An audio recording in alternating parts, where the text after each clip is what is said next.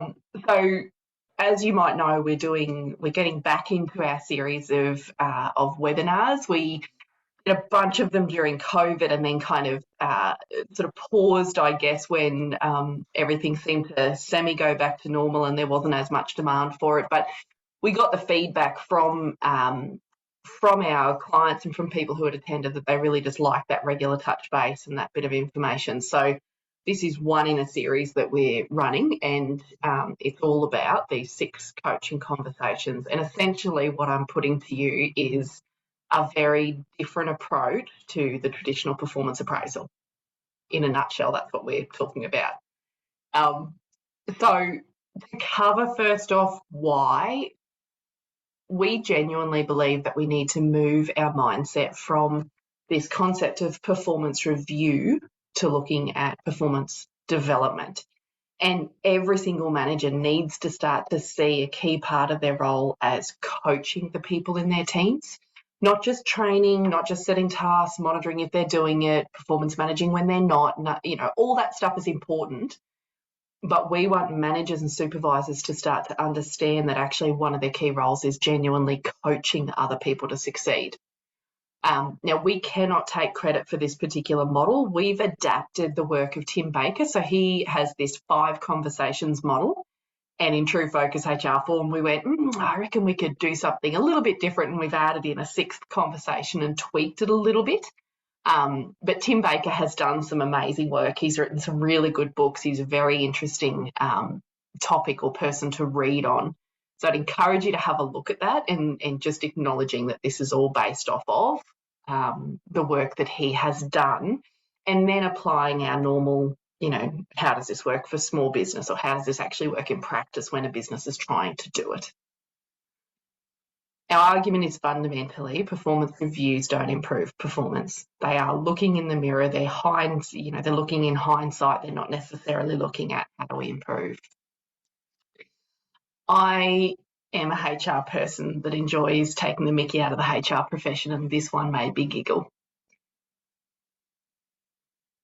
And I think there's a reason why we are the subject of so many things like The Office in the UK and ABC's Utopia and the Dilbert cartoons about HR. There's good reason why our HR practices can be have the mickey pulled out of them.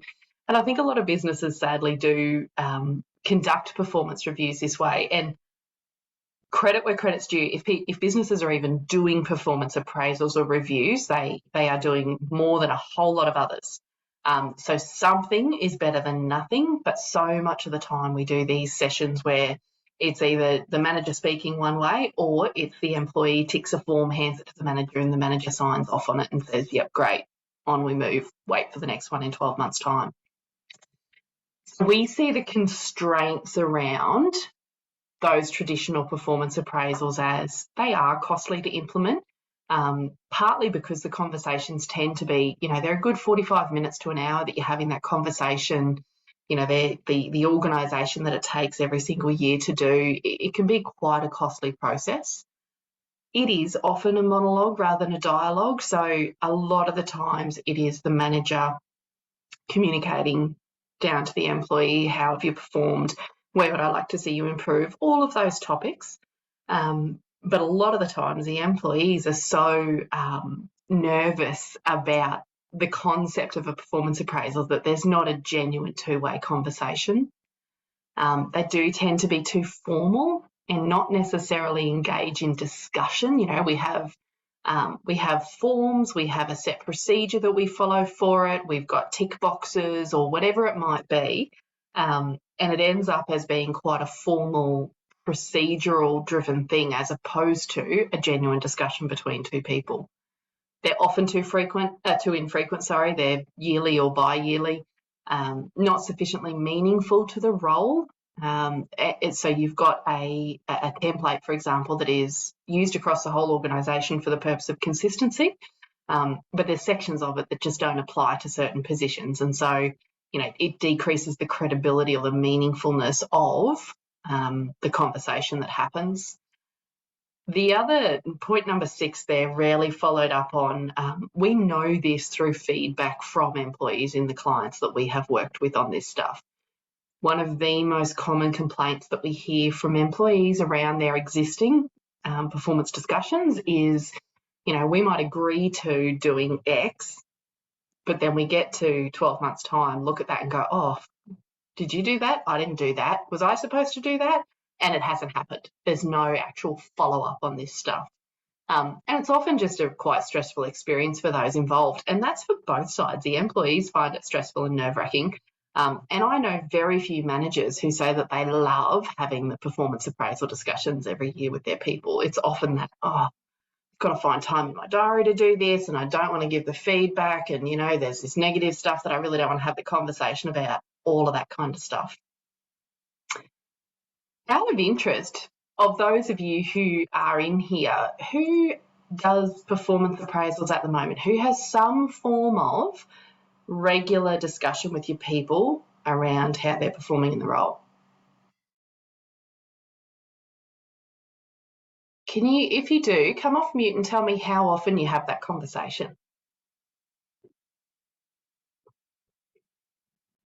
If you're happy to share. Or chuck her in the chat box is also okay. Yeah, annually, twice yearly. Yeah, Lizzie, you're doing regular chats with your managers. Do you know, Lizzie, are they passing that down? Are they having regular chats with their people? Yeah, should be. Should be. Should be, yeah. Yeah, good. All right, thanks. So this 6 conversations model then is a different way to look at it. So to give you the idea about it, and I'm going to give you a bit of detail on it, there's essentially 6 different conversations that happen, and you simply rotate through them. It should be a 15 to 20 minute conversation that you might do monthly or every second month, so far more frequent. And you're looking to identify the success factors for the role that link back to strategic goals. So one of the conversations is around what is it that you need to get done in your role that has an impact on this business. And then we also want to look at how are they contributing? How are they approaching work? How are they showing up? And a part of that is what we call the 4 non-job role conversation. And this is also from Tim Baker, and he says that everyone in the workplace has got 5 key functions or 5 key elements to their job. One of them is do your job, and the other 4 relate to how you do it. So it is things like your teamwork, your innovation and continuous improvement, your professional willingness to do professional development, and then your attitude and motivation and drive. And we really like that approach, because if we just focus in on are you doing your job, or you're looking at it as a technical component, and that is often what does get done in performance appraisals, rather than looking at, yes, are you doing your job? Great. What's your impact on everyone else around you? How are you showing up in the workplace? So benefits that we see to this sort of a system, it is a far more effective dialogue. And I'm going to give you a snapshot of one of the conversations a little bit later, and you'll see that the way that it's designed is actually just all questions. We're asking the employee to tell us, what are your thoughts on? How do you feel you're going with? Where do you see the opportunity for? They're all questions that we're asking them first, which is ultimately the best way to make it a 2-way dialogue. It's not to say the manager doesn't have a chance to have input as well, but we know from experience that if the manager first says, here's how I think you're going, or this is where I think you could improve, it naturally tends to shut down the conversation. The employee isn't going to disagree, or may not actually add to it, and therefore doesn't buy into it and doesn't fully accept it. Whereas if we're asking the employee first, they've got to have a think about it. They need to actually be engaged in the discussion, and we get a far better dialogue going back and forwards. It is less stressful. Maybe not the very first time, if I'm really honest, because, the first time of doing anything new is a bit scary.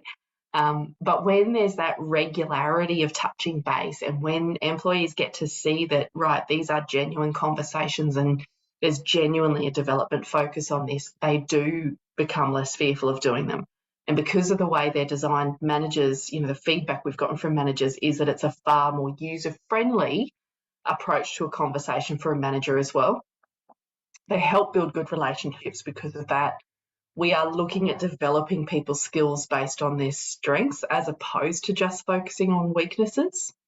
We've got that regular opportunity and the greater agility. So, I find, so just so that you know, we do these in our business. It's not something that we're just sort of saying, this is a great approach. I'm very conscious I've got a small team, and because of that, I get to spend a bit more time on it. And so we have we call it an IHOP. Sadly, not the International House of Pancakes, even though pancakes has got to be one of my favourite foods in the world. But it's an internal hour of power. And so every single month I go for lunch with each of my team members, their choice of where we go. And every month we do one of these conversations. And we also do a start, stop, keep conversation. So we use this actual approach in our business.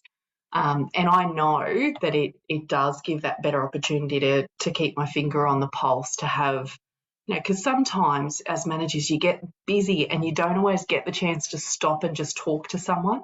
These conversations have got an agenda, so you've actually got a reason to sit down, but it's amazing what other sorts of great stuff can kind of trickle out of it as well, purely because you're taking the time to sit down and have that chat. So here's how the 6 conversations work. We start off with, we need to have good position descriptions in place. And it's that 1+4 I mentioned before. The one part of your job is to do your job. The other 4 parts are how you show up. So we have a good PD in place. And essentially, we probably have some form of KPIs or targets or goals. Depends on the company as to how you define it. But you need to have some clarity at the foundation around what are you expected to deliver in this role. So we need those in place. And then from there, we have these regular coaching conversations. And I'll go into a bit more detail on what the 6 topics are in a moment. But ultimately, when you're doing those, your end outcome is higher performance, because we are coaching for performance. We are constantly looking at how can you grow as an individual, how can you grow in your position, where are your strengths and are we tapping into them, where do you need to improve and how might we be able to help you with that. So all of that is geared towards we have much higher performance in the role.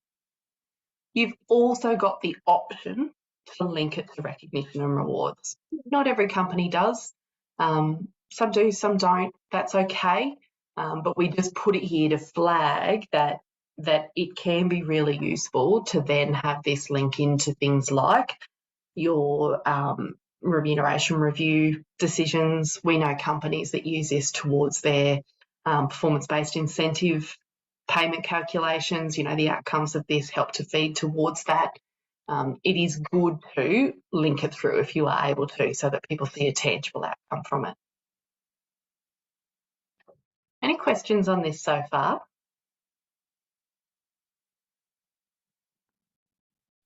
Amy, I'm certainly going to raise it further in this presentation. Sorry, but the feed in of the analysis and then how that feeds back. I know it's probably not part of the initial conversation, but the communication component of it, where does that feed in? Do you mean as in how you organise it, or can you give me a practical? More the loop back of the outcome of the assessment. Yeah, great question. And I will cover that, Jess, because I think you are bang on the money. That is really important, particularly in an organisation that has a number of different managers. So it's not in Focus HR, it's one person doing all the convos. So I get to put all the pieces together in my head. In other businesses, it's not like that. You'll have managers. So I will absolutely go into that as well. All right. So these are our conversations. And this is the order that we recommend doing them in. When you do it for the very first time, we have a conversation number 0. And that is basically laying the foundation. So making sure that we are having a chat with the person around this is how we're going to run these from now on, and setting up the Do we have your PD up to date? And do we know what's expected in your role? So there is a number 0 when you first kick in. But from there, conversation number 1 is climate review. So our intent is we are gaining feedback from our team on their level of engagement. And of all the conversations, this is the most one way from the employee to us. We're asking them for their feedback and we're giving very little in return. This is all about what did they see, as the climate in the organisation. What's their take on morale, on communication, on their level of job satisfaction? So it's very much absorbing that. Really, really powerful conversation to be had, because obviously it will generate red flags where it needs to. If someone's actually having some issues, some concerns, if there's a morale problem or a cultural problem in the business, that can tend to come out of these. Your second one is your strengths and talents. So our intent here is to have this opportunity for really positive feedback and that discussion around what their strengths and talents are. And I think when we do traditional model, we can focus a little bit too heavily on sort of pointing out the errors or focusing our energy on how do we fix any weaknesses or areas that need improvement. But if we actually spend time and effort on building on an existing strength or honing that talent where it suits both the person and the individual, it's more enjoyable, it's more effective, you get much more powerful outcomes. And employee and employer alike, or manager alike, find that whole process far more enjoyable. And so the role of a manager as a coach in that conversation is helping their people to realistically identify strengths and talents, and then help them to explore how could that help them to be better at their job, or how could they use those more effectively to contribute to the business. And it's amazing the stuff that comes out of this. I remember one, it was a sort of a financial services firm that did this. Excuse me. And when they had the conversations, this second conversation, they had one of their, I think it was a receptionist or a client services coordinator, a support administrative focused role, said, actually, one of the things I love doing, so it's a talent of mine, is photography, videography, and telling stories about people and businesses. And the business didn't actually do that stuff very well. Their social media wasn't effective, their marketing wasn't effective. And just through that conversation, they got to go, hang on a second, we didn't even know that about you. In fact, we've got a gap here. They had a look at some of the stuff that she'd done, loved it, and went, great, this is such a good opportunity to tap into a strength and a talent that already existed there. And you can imagine that's a massive win-win, because that person ends up far more engaged in their role as well. Our third one is opportunities for growth, which is another way of saying where do you need to improve, just a very lovely way of putting it. And so our intent here is to have the employee focus on a few key things that they can improve on. We're not looking for a shopping list of faults or a shopping list of issues that exist, but 1 or 2 key things that if they focused on that and improved it, it'd have a really big impact on their contribution to the business. And also, ideally, a really big impact on their sense of satisfaction and personal achievement. And so the coach, as the manager in this conversation, is helping that person to identify realistically where they can perform or improve, and then look for, at a really practical level, what can we do? What expectations can we set? What actions can we take from this? And it helps to kind of then clarify and reinforce expectations.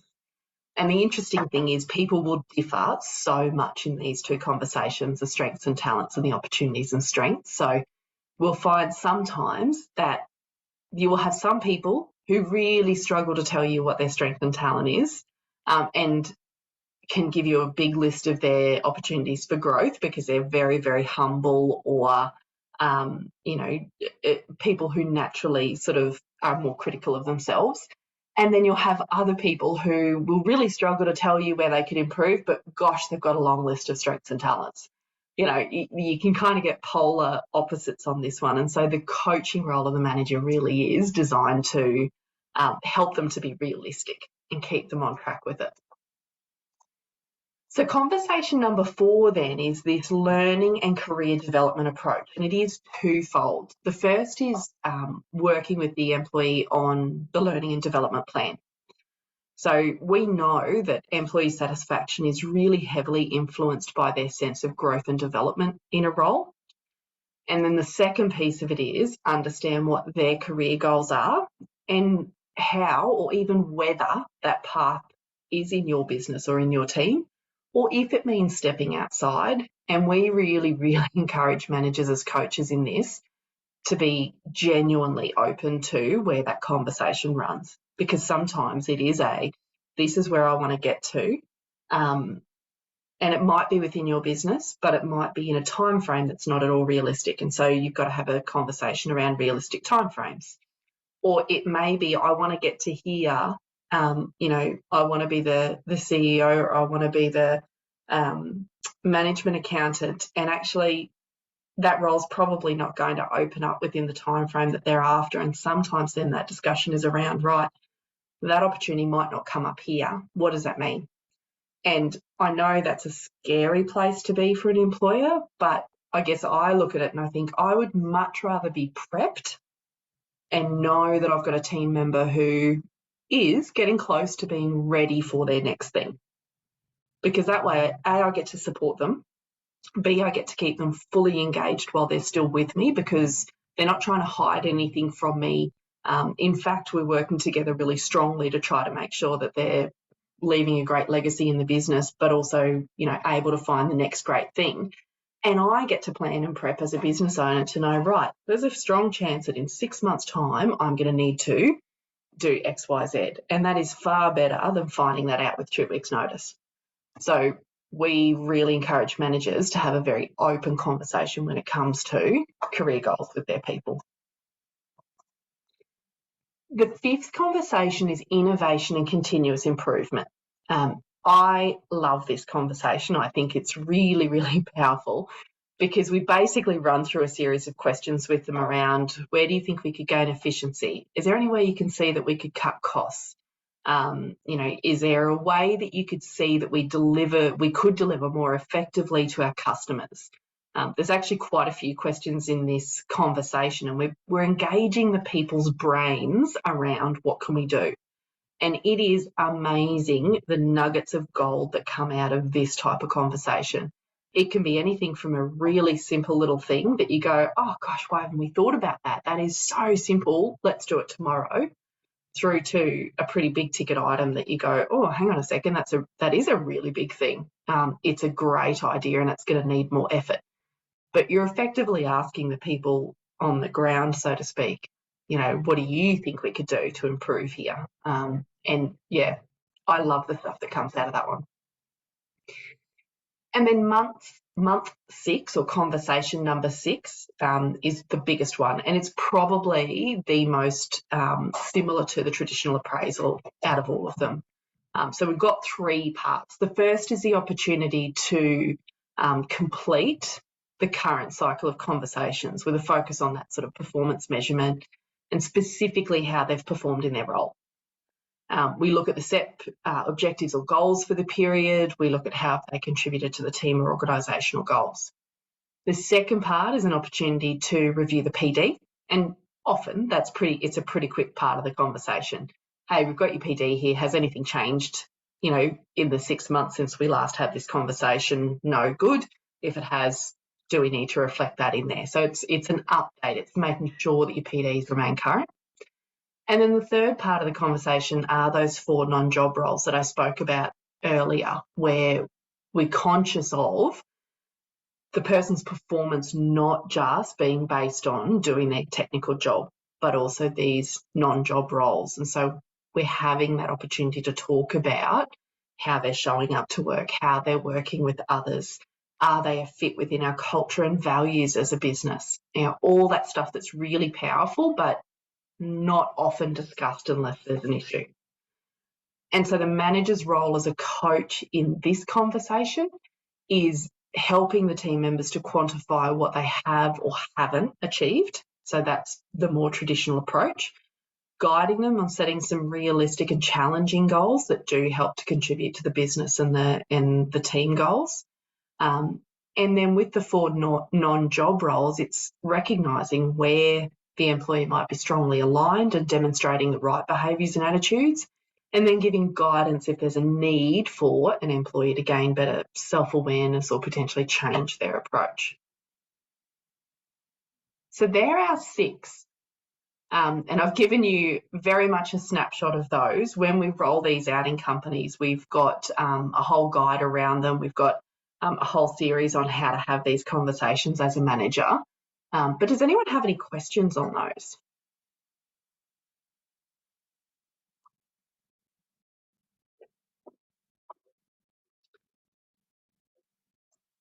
Feel free to put them in the chat if you do. Or I wanted to ask Naomi about, does a person know what each month is going to be? Like, are they given their heads up? They're able to look through their position description, for example, before they go into month 6? Like, is that how that works? Absolutely. The way that the conversations are written, the questions, they actually don't require a ton of prep normally, but I do for some of them. Climate review doesn't really need a whole lot of prep, nor does strengths and talents. But I will quite often, in the lead up to my catch up with them for lunch, I'll send them a quick email to say, hey, conversation for this one is going to be opportunities for growth, just so you can have a bit of a think about it before we have the conversation. That's good. Look, and that works for my team. There are other people who, I know that there are people who like a lot of think or prep time. I would take that into account if I had any of those, and I'd probably send them. I actually have all of these built into one document, and so the employee can also just dive into that document at any time and see what did we talk about last time and which conversation are we up to, so that they can really easily prep if they need to. Thank you. No worries. Any other questions?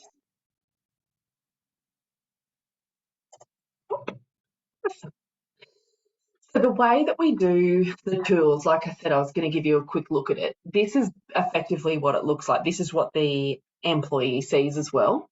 So, and this is a document. Businesses can work this into their own platforms or systems if they've got those. But effectively, we let the employee know what's our intent in this conversation, because I think intent is just so important that they understand why are we having the conversation. And then it's got really simple questions. For this one, this is the conversation 0 I mentioned earlier. Hey, tell us, what are the key processes that your position performs? What are the 3 most important measurable things that we really should be keeping track of in your position? And what do you reckon the behaviours are that we want to reinforce or encourage or reward for that position? So you can see it is a really simple question answer style approach to it. We've also got probing questions that we train managers on to help people to speak their mind or to extract information, because not everyone's great at simply answering these things. But the guide is there, and it just smoothly takes you through each of those conversations. I do have to acknowledge that I think the implementation rhythm, the frequency of the conversations needs to match the business. And I think there's 2 key considerations as to whether you're doing monthly or every second month. And the first is the speed at which your business pulses. And by that, what I mean is, if you are in a really fast-paced, rapidly changing environment, or if you're experiencing really high growth as a business, if you're in a volatile environment, or maybe you're in a position in your business where you are having to do change, there might be some issues with performance or with culture, and you need to do something to shift that. All of those things will impact on whether monthly or every second month is actually the most effective way to have those conversations. The second one I think that you can take into account is the individual. So you might set a rhythm for your business, and then you may want to adapt that sometimes to suit an individual in your team. So let's say you've got a really long-standing employee. They're really comfortable with their path. They don't need a whole lot of discussions anymore around talents and etc. They might not need it. So you might go, right, well, that person's every 2 months. Whereas someone who might be brand new to your business, or newly promoted to a manager role or to a new role, you might go, right, this person does need more frequent touch bases, and I'm going to increase the speed at which I'm having them. So even if the business was on a every second month rhythm, you might have some people that you are touching base with monthly to make sure that you are having enough conversations with them to keep them tracking really well. I do see that as a business decision. It's not one that I sit here and say, you must do it every month or you must do it every 2 months. I don't think it's a one size fits all. So Jess, this here touches into what you were asking about earlier, I hope. So this is how we see the process flowing. You've obviously got your prep. Even though the conversations are designed in such a way that we are asking the employee for their input first, I still encourage managers to prepare. You know, if we're asking them what are their strengths and talents, we should have already thought about what do we think they are so that we can help them if needed. If we're asking them, where do you think you can improve? We should have thought about that as well. When we're talking about their opportunities for career development, I always have thought in advance as to where do I think this person would have a really strong career, because if they're a bit stuck or they don't know, then our role as a coach is to suggest some ideas or suggest some things that might spark the right thought process for them. So we do need to prepare, and sometimes that also involves letting the employee know, you know, this is the topic coming up, have a bit of a think about it. We obviously then have the conversation, and I believe that that conversation should be had with the most credible manager for each person. So I know that it can be really powerful when the GM or the CEO or the owner is involved in every single conversation, because there's a sense of connectivity. I also know that that's not always practical, and it's actually not always credible, because I've seen it happen where the CEO or the GM goes, right, I'm going to do, you know, managers aren't going to do them. I'm going to do all of these discussions, all these appraisal discussions. But because they're not there beside the person every single day, they don't have their finger on the pulse as much around how is the employee actually going. And so it sort of drops the credibility. And in that instance, if the CEO or the GM really wants to be involved, and I wouldn't discourage that at all, but it's do it with the manager so that you've got, you know, the direct person in the room with you as well. So it's have the conversation. Whether you are have definite stuff out of that or not, I think it's really important to summarise. And so we have a tool that we use at the end of each conversation where we write in what's the action outcomes. So what's going to happen, who has to do it, and by when. And there's a really quick 2 to 3 minutes actually session at the start of every conversation, which is where we grab that out, and it's kind of like a running file note. We just keep adding to it, and every single time at the start for 2 to 3 minutes we go, right, what did we say we were going to do last time? Where is it up to? And the idea being that ideally you're putting a whole lot of green boxes there to say we're done, or we're at least making sure that we're reminding ourselves of, oh, hang on, you were meant to do that, haven't done it yet, you know. Because a lot of the times I will also be angling for the employee to take ownership on what the action items are. So if we've decided that they could, they'd love to have development, you know, let's say in my area, in the field of workplace investigations, I don't put down my name next to the task, which is, you know, find a suitable course on workplace investigations. Their name goes beside that, and it's find 3 options of suitable courses, or find a couple of options of suitable courses for Naomi to have a look at and approve. I try as much as possible that the employee has ownership of it. And so when we're going back over it every month and having a quick look at where we're up to, it's holding them and me accountable to that stuff. And it means that we don't get to that 12 months and have someone go, oh, there's no point, we never do any of it anyway. So we do that summarising part. And then we need to do the analysis, and this is particularly in businesses that have a bigger team, more managers. I want to see stuff funneling upwards. So if we've got, you know, 10 leading hands or 10 supervisors who are all having conversations with their people, I want them summarising the outcomes of that, summarising the themes that have come through, remembering that they will have the same conversation with all 10. So they will have had 10 conversations around the climate. What's the morale like? What's the culture like? How are communications? So they're going to see some themes in that. So you want them to pull those ideas together and funnel that upwards. And so your supervisory team leaders are funneling it up to managers who are funneling it up to senior management. Because what you want your senior leadership team then to do is to take a bird's eye view of all of that and go, here's a theme, or here's a concerning trend, or actually here's something we're doing really well. And so we get to know that that's resonating well with our people and we need to continue to do it. But you want that senior management team or person to be able to get that bigger picture view and then make decisions that might need to affect then everyone. So in each person's conversation, we're setting action plans for them, but there might also be things that come out from the feedback that the whole of company then goes, right, you're telling us that there's not enough connectivity, that there isn't great morale, and that we never get to see each other and no one ever gets to see senior management. So actually when that's filtered up and we've seen that that's a common theme, senior management might go, right, we are having a boss cooks barbecue every month, where basically it's one of the senior team who needs to cater, cook the barbecue, everyone's invited, whatever it happens to be. But they're making those decisions at a broader company level. And then we've got to close the loop. And anytime we ask people for feedback, which is essentially what we're doing in these conversations, we need to close the loop. If we don't close the loop on it, they won't continue to give us feedback.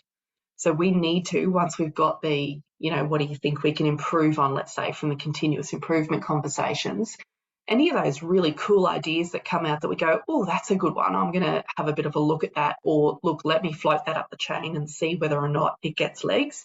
We need to make sure that we're closing that loop back through. So it may be, at an organisation level, hey, thanks everyone for doing your round of conversations. We got some really interesting feedback. These are some of the themes we heard, and these are some of the actions we're going to take at an organisational level. There may also be times when it needs to filter back down to an individual around, hey, look, I've gotten approval for that. Now we're going to do X, Y, Z. Jess, does that answer what you were asking about earlier? Absolutely, yeah. Just more around the summary, the analysis, and then the loop back. One from a conversation perspective. Yeah, great. Thank you. So one of the things that this hinges on is, like I said right at the start, managers understanding their role as a coach as opposed to a manager. And look, there are a ton of different management styles, and there are so many different ways that you can dissect looking at management and different styles and all of those sorts of things. But I guess in this scenario, it's really easy to fall into that trap of delegate, manage rather than coaching. And traditionally, and this is what I think a lot of us still have our mindset as, managing is defined as giving directions, having authority, driving employees towards a specific outcome. Whereas coaching has the same objective as managing, but the approach is very different. It's focused on helping individual employees to develop their own critical thinking skills and to get their own learnings. So it's about guiding them rather than telling them. And when we've got that sort of coaching approach, you get much better outcomes because it stops the reliance. So we're helping the people who report to us to identify solutions themselves. So they're developing their problem-solving skills. We're setting them up so that they can start to tackle some of this stuff themselves and apply their own brain power rather than coming to us each time and saying, what do I do with this, or this is an issue. It also gives them the tools to upskill or tackle more difficult issues or larger projects, because we're having a conversation where, they're applying their brain power, plus at the same time we're talking to them about how can you grow, how can you develop. So it sort of opens that door really naturally for ongoing professional growth. And ultimately that benefits the company. Like any which way you cut it, if we're helping our people to grow, we're helping our team and we're helping our business to get better because we're growing our people. And it's that concept of, the rising tide floats all boats. The more that we lift everyone, the more that the entire company lifts.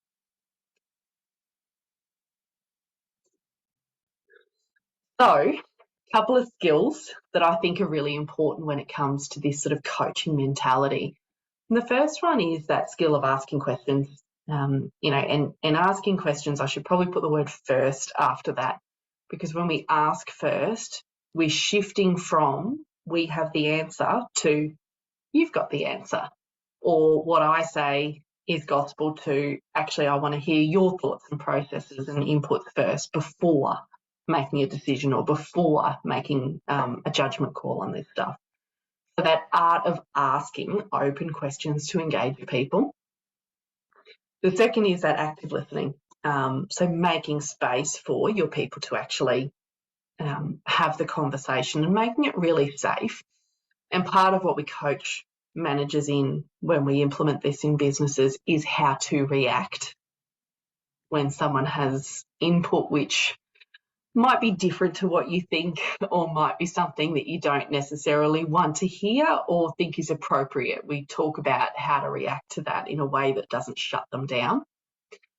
The third is to have that real growth mindset and to foster it in the team. So, by growth mindset, we mean the concept of allowing people to grow, growing more people, and also focusing on the process rather than just the end result. When we just set goals and say, let's go and get that, and we're focused only on the end result, we're not necessarily growing. Whereas when we focus on the journey, how are we getting there? What are your thoughts around what we do next? How do we problem solve this barrier? That's when you get that real growth. And when you're allowing people to have that input rather than just you telling them. The fourth is a real career development mindset. And this means knowing your people, means understanding what their career goals are, where they might want to head. And like I said earlier, sometimes having that tricky conversation around what does that look like? Is it even here or is it somewhere else? And either way, how do I help you to get there?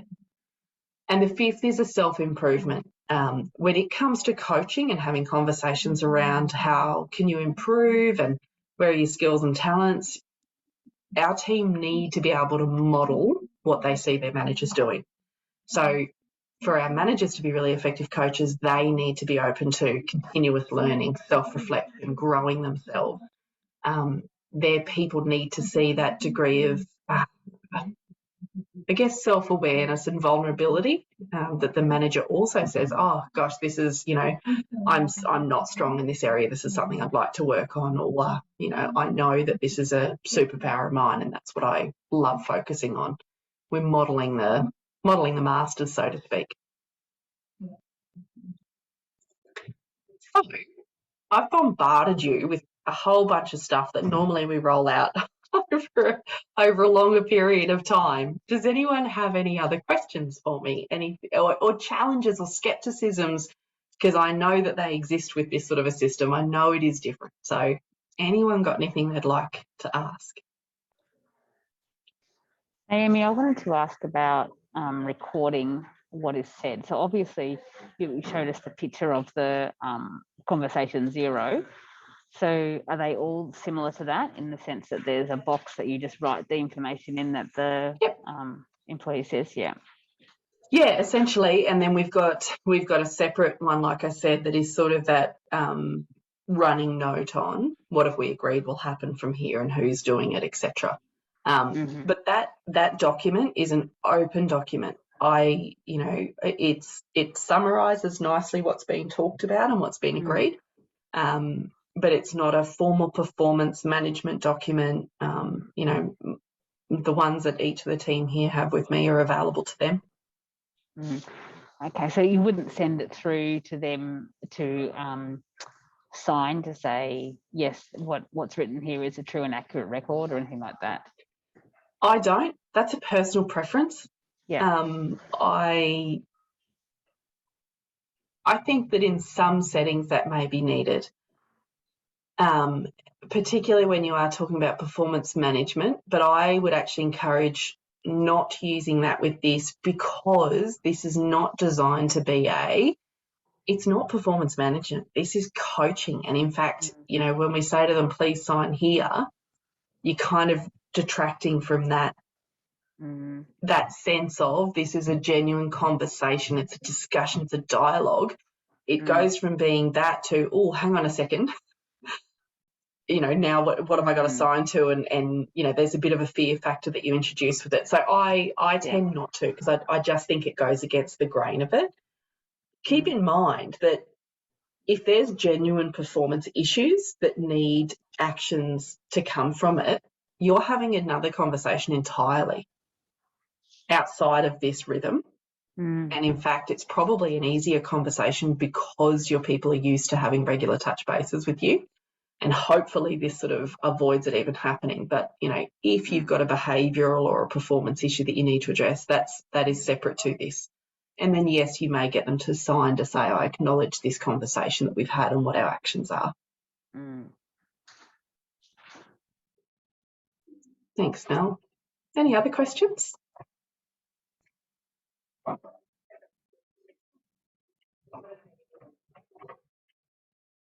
No?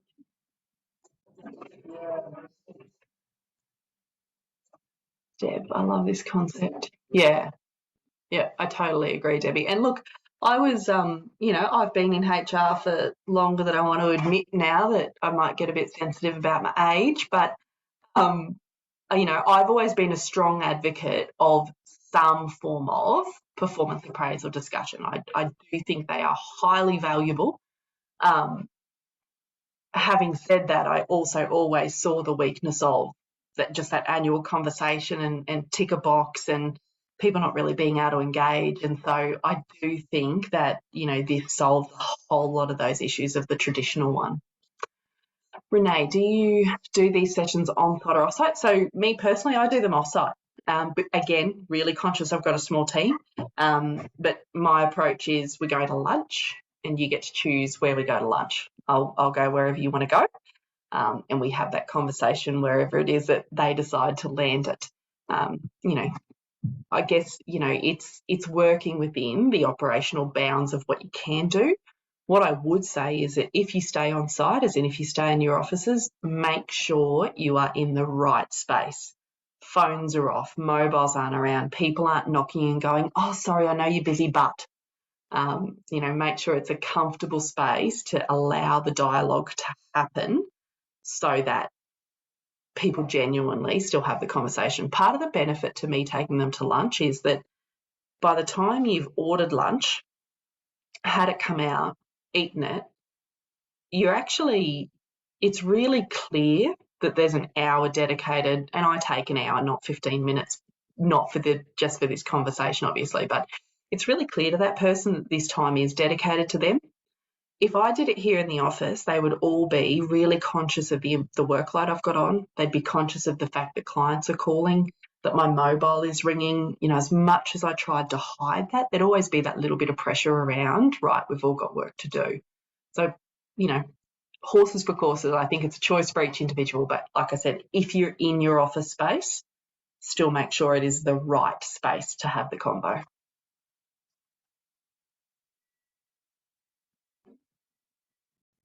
All right. Well, so a couple of things just to let you know of what's coming up. We've got our next webinar is going to be mid-June, and we're going for the heavy topic of IR compliance, because we find a lot of our clients sort of struggle a little bit with understanding that pyramid. You know, how does the NES relate to the Fair Work Act and the awards and our enterprise agreement and our contracts and our policies? Like, how does all this stuff fit together? So we're going to do a understanding of that. We've also got a leading teams workshop coming up on the 26th of May. So we run a series of leading teams workshops. They're run every 3 weeks or so. They're 2-hour workshop sessions, normally at lunchtime. And there's a whole range of topics that you can see. If you go on our website and click on calendar, you'll see all of that. And so the next one is on time management. You'll also see something come out from the Toowoomba Chamber of Commerce on the 1st of July. We will be running an update on the Fair Work wage decisions. That will be happening, like they'll come out with that at some point in June, and we'll be running that with Amy Mishwills from Fair Work. And probably the only other one I would like to flag with you is in June, we're also going to be running another session on DISC and culture. So it's depending on what components you do, it's a half day or a full day workshop. And so if you've got a bit of a DISC culture, if we've done it for you before, you've had it done elsewhere, and you've got people who you would like to go and put through DISC, let's say, the personality profiling, but you just don't have enough to have a dedicated workshop, that kind of thing can be really awesome, because you can send a few people along, they'll still work in a group together, but there's other people in the room as well, so it keeps the cost right down for everyone that's in there. And yeah, other than that, subscribe to the newsletter, give us feedback. Tell us if there's other topics that you'd like us to cover. Let us know anything else that you'd like us to do. We're all about trying to share information out and help other businesses to become really awesome at this stuff. So thank you for coming, for listening, letting me rabbit on and get on my soapbox about stuff. I appreciate it. And I will stay online for a minute if anyone has any other questions they want to ask outside of this. Thanks so much, Nate. Thanks so much, Naomi. It's been fantastic. I've really enjoyed it. Yeah, great. Thanks, Melanie. Appreciate it. Bye. Bye. Thanks, Naomi. Thanks, Jess. Bye. Thank you. That was terrific. Thank you. Yeah, great. Thanks, Lizzie. No worries. Bye, everyone. Talk soon.